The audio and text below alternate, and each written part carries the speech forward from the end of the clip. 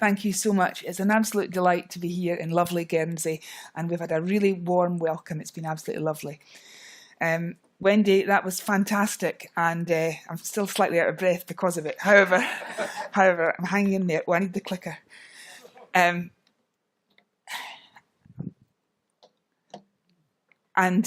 it was very much, Wendy, the science. I think I didn't know any of the science about exercise when the Daily Mile started, but you've proved it.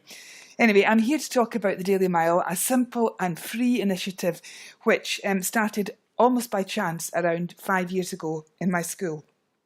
It's about children and their health and happiness. So the 1960s. I can remember the 1960s.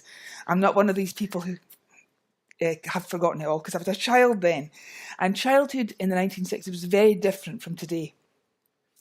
We ran about everywhere. We walked to school. We ran home for our lunch. We played outside with whoever was there to play with. If it was lashing rain, we sheltered under a tree. We were never allowed to play in the house. You just make a mess. So you had to stay outside. It's true. We roamed freely in a non-risk assessed environment. Risk assessments had never been invented. And we went home for our tea. There were 44 children in my class at school, and I can only remember one poor soul who was obese. There was almost no such thing as childhood obesity. Fast forward to 15 years ago, and I was a class teacher at St Ninian's Primary School in Stirling, and we were starting to hear reports about childhood obesity and children's sedentary behaviour. And I can remember looking out my classroom window. I didn't get much time to do that, but I looked out and I thought, we've got a path around the field. Why don't children just run round it and then they'd be fit? And I thought, nah, that wouldn't work. They wouldn't like it. You know, a lot of them don't like cross country or PE. They wouldn't like it. And if it was going to work, we'd have thought of it already. So then, February 2012, I'd been head teacher of St Ninian's for a few years, and I was watching a PE lesson with Lofty. And Lofty's a lovely man. He's over 80. He has his own castle nearby. The children love him. He's fantastic. And he teaches, among other things, the penny whistle to the children and the staff. He taught the staff to play a couple of carols, and we played them at the Christmas concert, and the parents said it was a really memorable performance. And true. So Lofty, who says it like it is, suddenly said to me, Elaine, the children are not fit. And I knew he was right. I just knew. But I asked Marion, the PE teacher, Marion, are the children fit? And she said, no, of course not. But everyone knows that they're exhausted by the warm-up in PE, and so are the children in the other schools that I teach. What happened next changed everything. I just went for it and took a Year 5 class out to see if they could run around the field. It was February. So, but I just thought, we'll give it a go. And but I took them out. Most of them couldn't get as far as the end of the field without being completely exhausted. A handful were fine. The rest, it was a shocking sight. And they were unfit, and it was really very clear. And so I thought, can we do anything as a school? Can we do anything for these children? I thought, we'll give it a go. I remembered what I'd thought, 15 years ago. So I sat down with the Year 5 class and their teacher, and applying the principle of nothing about us without us, the children were right at the centre of the decision making. And I asked the children how they thought it had gone. They knew it wasn't good. And one boy said, Mrs. Wylie, we couldn't run the length of ourselves. And you get that even at Guernsey.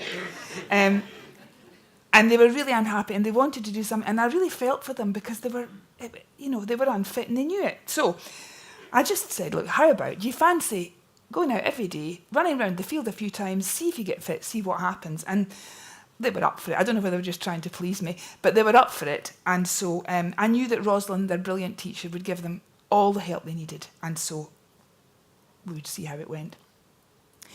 The results were incredible. After a month, almost all the children could run for the whole 15 minutes without stopping. And they were actually transformed. In the 15 minutes, most of them were running a mile. And so, of course, it became the daily mile because they measured the laps.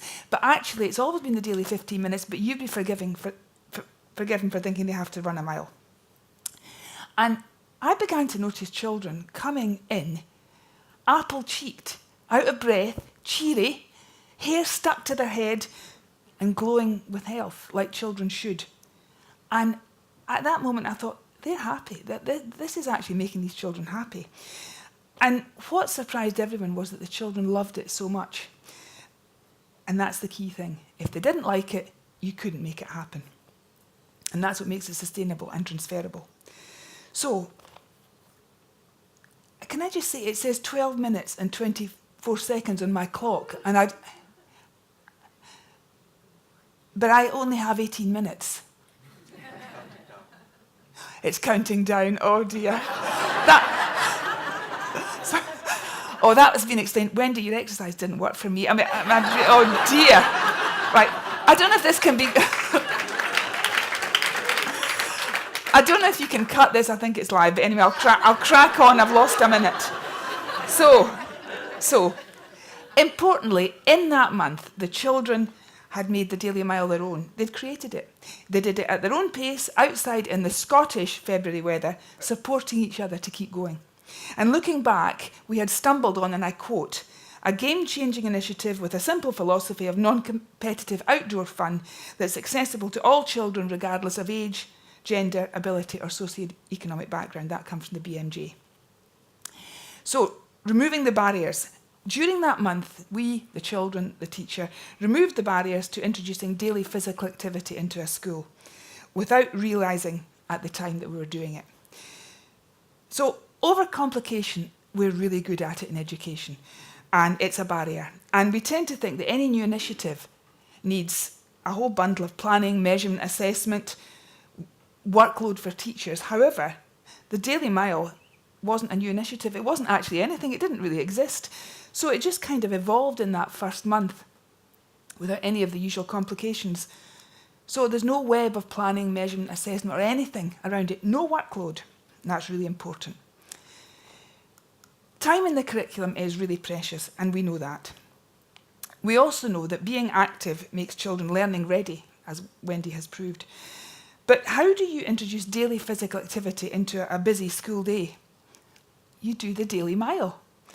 Of course, it's the switch that you throw. It's a slick 15 minutes with no fuss.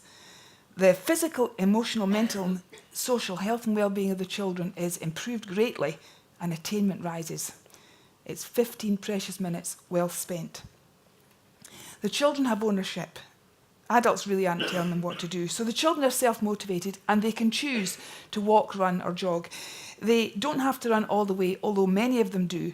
And in practice, 90% of the older children and 75% of the younger children do a mile or more in the 15 minutes.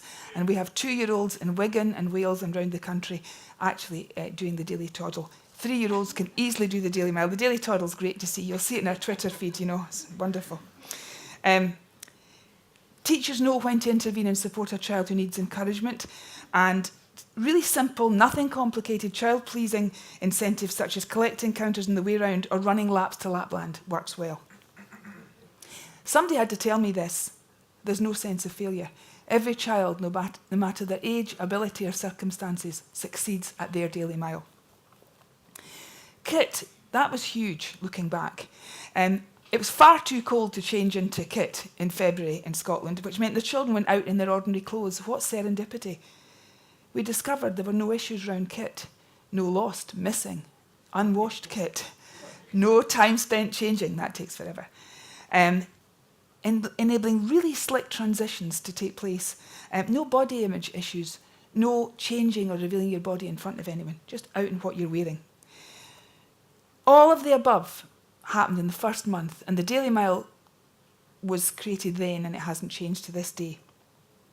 By June 2012, every child in the school, because of parental pressure and other teachers wanting it, was doing the Daily Mile, and the nursery started in October. They were fabulous. 420 children in all. So that's how the Daily Mile evolved. But what are the core principles? Because there are things that the Daily Mile is and things that it isn't. And the clues in the Daily, I mean, I have heard of 1 or 2 schools doing it twice a week, but the clues in the Daily. So, I know. It's every child, every day. And children with disabilities are supported to take part. Children in wheelchairs can self-propel or they can be pushed. They love that. Out in the fresh air, participating with all their pals. Children with asthma, diabetes, brittle bone disease and cerebral palsy across the country all take part. I know, I've seen them with my own eyes. There are many inspiring stories from across the country of children with special or complex needs doing the Daily Mile, and I've seen the joy and the happiness on their faces. So, it's social and it's fun, and that's vital. It's not PE, it's not sport, it's not competitive. Children were designed to run, and they love being outside, connecting with the seasons. Relationships benefit as children use the language of friendship to support each other, and children take the opportunity to talk to members of staff as they're going round in a way that they might not necessarily approach them in the setting of the classroom. They run or jog for 15 minutes, always a time, never a distance, and they do what they can. You can't see who's in the lead, they're all just running round. Some children do compete, and usually by setting themselves a target of an extra lap, and that's absolutely fine. Indoors doesn't cut it. Children have a spiritual connection with nature, and they need to be outside as much as possible. And weather, I would say this in Scotland, is a benefit, not a barrier. Especially, when you're needing to take them out every day. But you wouldn't take them out in lashing rain, you wouldn't. But if it's cold or damp or foggy or windy or sunny or even snowy, if out they go, suitably clad. It happens during class time. And what Wendy said is so vital. They have that learning readiness the minute they come in after that slick transition. There's no time spent changing. They come in and they've got all these things going on in their brain and they're ready to learn. It works best at a time the teacher's choosing. Often teachers choose to go out before an important lesson, knowing that the children will be alert and focused on the return. And ordinary school clothes. Jackets on if it's cold or damp, sweatshirts off if it's hot. Girls and boys should come to school in suitable footwear for active play, and trainers are encouraged, but they're not a deal breaker. And I've got some pictures just to show you from around the country of lovely children doing their Daily Mile. That's Hackney, inner city London. Everyone out together, enjoying themselves. A nursery. And they can really belt along. I've seen them. These are 3-year-olds. A school for children with complex needs. They've just done their Daily Mile. I think you can see the happiness, as we would say in Scotland, louping off them. It's jumping off them. You can see it in their faces. And children with special needs in mainstream take part as well. Children benefit greatly from the Daily Mile. Some of the benefits are that they think running is normal. Someone had to tell me this. Your children think running is normal. We know running every day is not normal. This PE expert also said to me, the children have a beautiful running style. And I said, oh, thanks very much. I had absolutely no idea that they had I was very pleased to discover it. They get fit in 4 weeks, and their fitness continues to improve. A Daily Mile school can say hand on heart that all their children are fit. And in a nation where 66% of 10-year-olds have no basic fitness, that in itself is a good reason to do the Daily Mile. Obesity is a slower burn, but we have evidence that the Daily Mile tackles obesity, and the Daily Mile children in St Ninians, obesity for the younger children is almost half the Scottish average. For the older children, nationally 20% of children are obese. In St Ninians it was 17, measured after 3 years of running. We know that physical activity raises attainment, and we've got evidence of this. And this is absolutely critical. These are some of the quick, medium and long-term wins which Daily Mile brings. And we've got clear evidence. But one researcher did say, how do you measure these smiles? It really does bring happiness to children. And I've got some pictures again, And when we go around the country and see these children, they smile and they laugh as they run, and they're cheerful. It's a good cheerfulness. Oh, look at that. These lovely children belting along. Different ages out together. The nursery out in some snow. a beautiful running style. I now recognise it. Transferability and sustainability is where the real importance of the Daily Mile lies. I've got a quote here. Over the last 20 years across the Western world, the increasing toll of sedentary behaviour on young people's physical and mental well-being has become a well-documented phenomenon. Many different piecemeal policy initiatives have failed to tackle the problem, and despite the scale of the problem, no coherent approach has been found. And I believe that the Daily Mile is a coherent approach, coherent and scalable. It's already been scaled up from one school to many thousands of schools and nurseries across 32 countries and counting.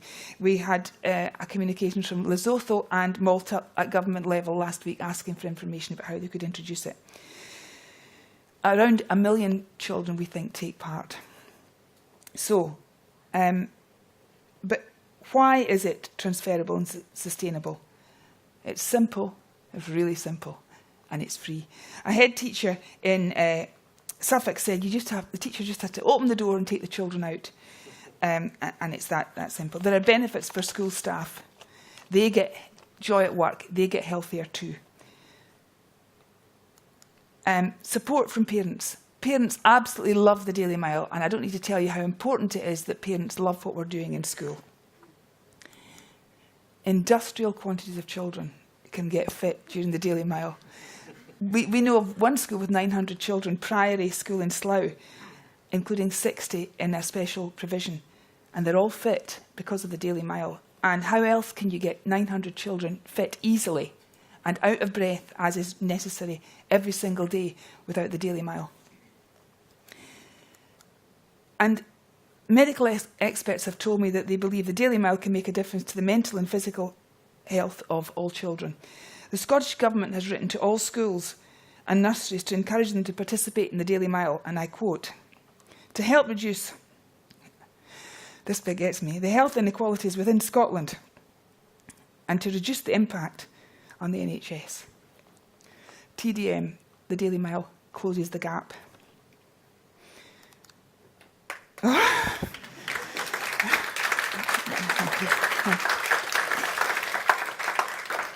From something so simple and free. This is really important. Why do children love the Daily Mile?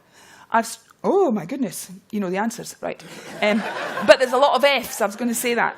I'm going to ask you a question which Sue Palmer would ask you. She's an expert on childhood, and she would say, come up with a memory. Just quickly, you would have had 15 seconds, you've now got 5, to come up with a memory of when you were a child, you were playing and you were happy. Have you got one? 3 questions. Were you indoors or outdoors? Outdoors. Were you on your own or with others? And were there adults closely supervising you and telling you what to do? No, you've all been very naughty. Anyway, that is childhood. Fresh air, fun, friends, freedom. Who would have thought we'd have so many Fs? The needs of childhood met in 15 minutes. I think that's why the Daily Mile works. So, a few pictures, and my last slide, where next? The Scottish Government are confident in the Daily Mile's effectiveness at a national level, and they have written to every educational establishment and many employers to ask them to help make Scotland the world's first Daily Mile nation, a first of many, I hope.